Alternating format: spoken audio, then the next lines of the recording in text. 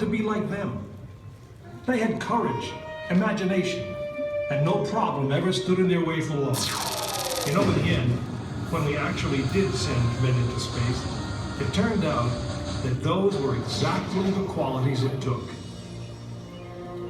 I'm John Hudson. This is Pad 39 of the Kennedy Space Center. I was a launch controller here when from this very spot, man took off to fly to the moon. It was a journey that began 12 years before that rocket ever left the ground. And it started on the other side of the world. Back then, we were one of two superpowers that always seemed to be on the edge of a terrible war. In 1957, the Soviet Union launched the first ever man-made satellite into Earth orbit. They called it Sputnik, which means traveling companion. And in a world where peace hung in a delicate balance, it seemed to create a dangerous advantage. Every ham radio operator in America could hear it beacon. People were afraid. Were the Soviets looking down on us? Watching us? If they could make a satellite pass over our cities, could they do the same with a bomb? Our own space program kicked into high gear, and less than 2 months later, we were ready to launch our own satellite.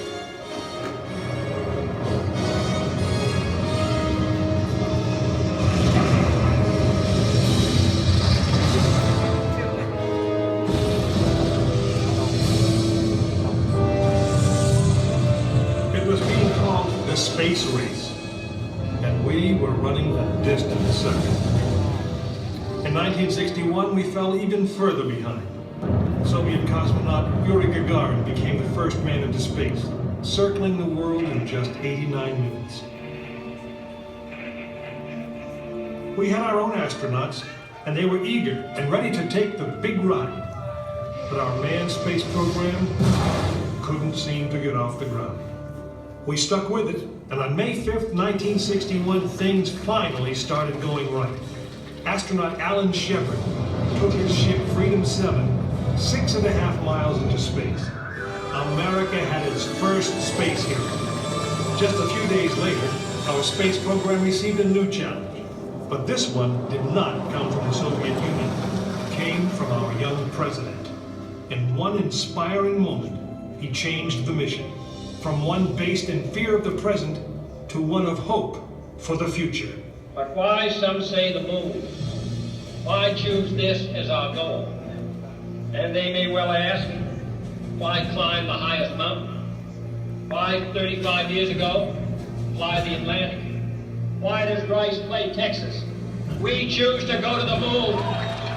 We choose to go to the moon.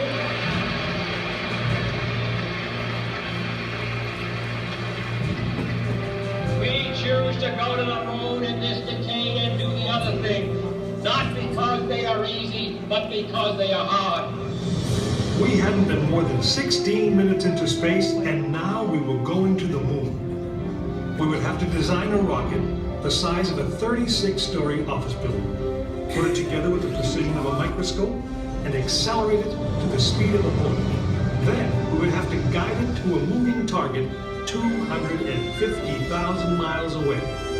Many people thought it was an impossible dream, but 400,000 of us set about making that dream a reality. It would be the longest, most hazardous voyage that any man had dared to attempt.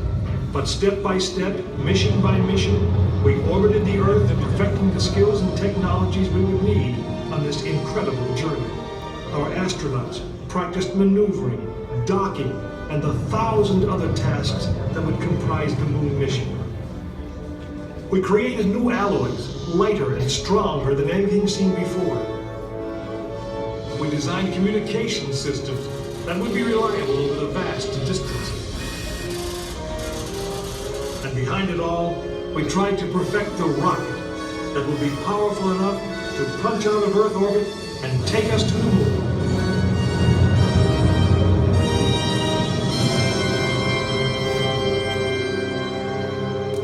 One day, however, the dream of flying to the moon almost slipped away. It was January 27th, 1967. Astronauts Virgil Gus Grissom, Edward White, and Roger Chaffee were on board Apollo 1 for a plugs-out test, a full-scale dress rehearsal for the actual launch. Suddenly it happened. There was a fire in the capsule. 3 men whose lives had been in our hands were lost. Surely the opening vistas of space promise high costs and hardships, as well as high reward. But this country of the United States was not built by those who waited and rested and wished to look behind them. After Apollo 1, some thought we'd failed, and that the moon was out of our reach. But we owed it to those men to learn from their sacrifice and to carry on. We started taking the Apollo vehicle apart, piece by piece. Was the design flawed? Had safety been compromised? Tough questions. And we spent 1.5 years redesigning the spacecraft so that no astronaut's life would ever be at risk because we overlooked something or because we could have done something better. A moon rocket is 91% high explosive, and it goes into the most unforgiving, hazardous environment there is. We could never make it risk-free, and the men who flew them knew that.